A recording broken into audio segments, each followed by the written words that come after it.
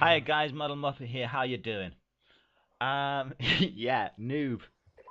I still am being a total noob at this game. Has to be said. Anyway, things will pick up. But what I've got for you today is, I think, an interesting commentary. Going to be talking about heaven and hell. Now, as soon as you start talking about things like heaven and hell, people can kind of get their backs up when someone has an opposing view on religion. Now, what I want to make clear from the start is anyone can have whatever views on religion that they want. Right? I'm not going to mock anyone. I'm not going to ridicule anyone. But I have my views. And I would prefer it if we can to keep any sort of, comments civil. Let's kind of have an adult discussion or a debate or whatever. I'm very interested in other people's points of views on this matter. But what I don't want those to do is, I don't want the conversation to get all kind of personal and nasty, you know what I mean? Now, for today's discussion, I'm not going to be talking about the validity of an argument of does heaven or hell exist, right? But what I'm going to be looking at is the concept needed and is the concept moral? Now, a lot of people will say that, the whole idea of heaven and hell makes people act better in this life, i.e., if they think they're going to get a reward in heaven, they'll do good things, and if they think that they'll get punished in hell, they won't do bad things. Now, even if that were true, what kind of person needs that? I believe that we all have an innate sense of what is right and wrong. We all have a moral compass. And you don't actually need somebody to tell you murdering somebody is wrong. Stealing is wrong. Do you know what I mean? Like, those sort of things, they're just inbuilt. They've been known about since the dawn of time. Ancient tribes that had no concept of religion in the way that there is nowadays used to have the same moral codes. Social mammals like chimpanzees, monkeys, apes, etc. behave with similar moral codes. They don't go and beat up the person next to them. If a monkey has a bit of fruit, another monkey doesn't try and steal it because it is socially wrong. But anyway, we're not monkeys.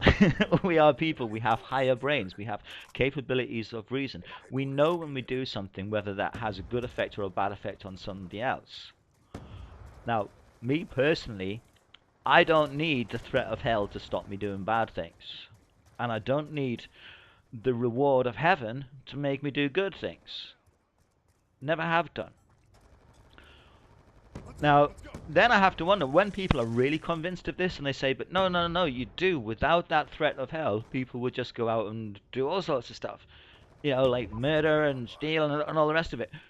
What I have to wonder is, are they actually saying that the only thing that stops them doing those things is the threat of hell? Because for me, that's doing things for the wrong reason. There is a word, altruism, and it means to do some good for somebody with no benefit to yourself. Now, you can't be altruistic if you're doing good to somebody because you're hoping that you're going to get a reward in heaven for it. And you're not morally a good person if you refrain from doing a bad thing, not because you believe it's bad, but because you believe you'll get caught and punished by a higher power. Now, also then, I'd like to talk about the kind of moral stance on it itself. If I were a god with the power and the authority to forgive people for the things that they do wrong, why would I withhold that? Could I not find a better way to invite people to do good stuff rather than have this threat of eternal, everlasting damnation in a pit of fire and boiling excrement and all the other sort of things that are described to us? Is there not a better way of making somebody do good things? It's like if you're a parent, you try and encourage your children to do good things. and to have their own moral compass, but not by this threat of I will stop loving you if you don't do what I want. You know, it to me it just doesn't sit right. Now, I personally strongly believe the whole idea of heaven and hell, it's a man-made thing. It's an authoritative thing. It is done by, people who are in the ruling position to keep the masses in line. And like I say, I am not saying this in the hope of offending somebody, and I'm not saying this in the hope of changing anybody's minds. But I think that certain aspects about religion today bring it out into the public forum for debate. Beliefs are personal, and I would never dream of attacking anybody's personal beliefs, no matter how ludicrous I might find it myself. Again, I don't say that to mean offence. The reality is, though, that there are plenty of people with strong religious beliefs who don't just wish to retain those as personal beliefs. They want to impose them as a way of life, as a way of law on everyone else. In the United States, there is a very, very powerful and strong movement to have the Ten Commandments posted up in all United States courtrooms.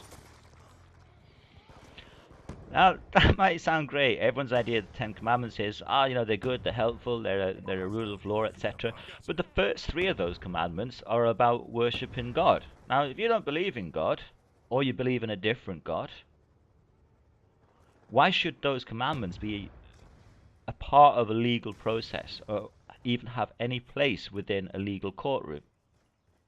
There is a strong movement, a very strong movement within the UK to have Sharia law, however, sorry, I don't know if I'm pronouncing it correctly, the Muslim law, as having their own separate courtrooms within the UK. It's starting off with just for civil matters, but eventually they want to make it for legal matters. Now, again, this is absolutely crazy. You can't have one rule of law for a group of people defined by their beliefs, especially when it contradicts the laws that are already in existence. So, for example, in the UK, there are very strong laws about the protection against discrimination of homosexuals and of women and minority groups. Shia law or Sharia law doesn't do that. They are actually wrong. It enforces arranged marriages, etc. How far do these people want to go? Now, like I said, religion is a kind of touchy subject to discuss, but I think once it moves into the political arena, we have to discuss it. Once people are moved beyond saying, these are my beliefs and I want you to respect them, but instead they say, these are my beliefs and I want you to base your life on them, that's a different matter. And once they start getting laws passed on it, like, for example, I think it's the 10th commandment, not to covet your neighbor's wife, oxen, slaves, and all that sort of stuff. It basically means, not to desire something that somebody else has. Now, okay, some may argue that that's a good philosophy. Personally, I don't think it is. It drives us to try and improve ourselves, to do better. And it's also quite natural to look at your neighbour's brand new Mercedes-Benz and think, hell yeah, I wish I had one of them. You can't legislate against that, and you can't tell somebody that that's a sin and that you're going to go to hell or you deserve to be stoned to death or any such punishment because of thoughts and feelings. You can't control those. You can act upon them and choose not to act upon them, but you can't stop yourself from having them in the first place. Well, I don't want to get too much into sort of arguing the rights or the wrongs of the Ten Commandments per se. It's more about heaven and hell. Does the threat of hell actually stop you doing something? And if it does, I really think you should question that.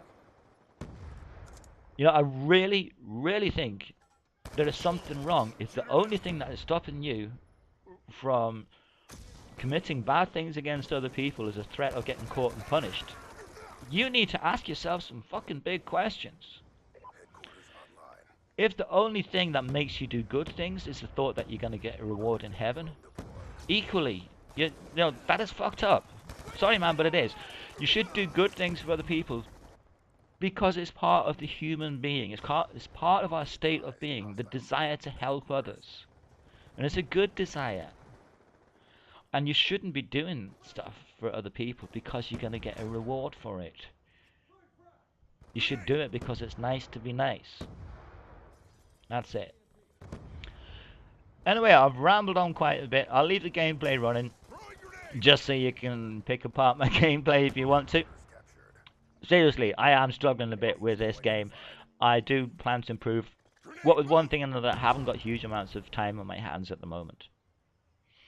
So I haven't been able to get loads of gameplay time in. But I'm hoping I will, and you know, my gameplay will pick up, and I'll have some good videos for you guys.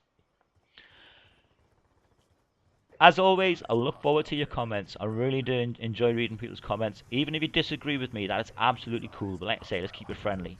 And if you have enjoyed this video, you know, have a look around my channel. I'm sure there's other stuff that you're going to like. And don't forget to rate it, you know, like it. Don't dislike it. And subscribe and all that kind of thing. This is Muppet out. Bye.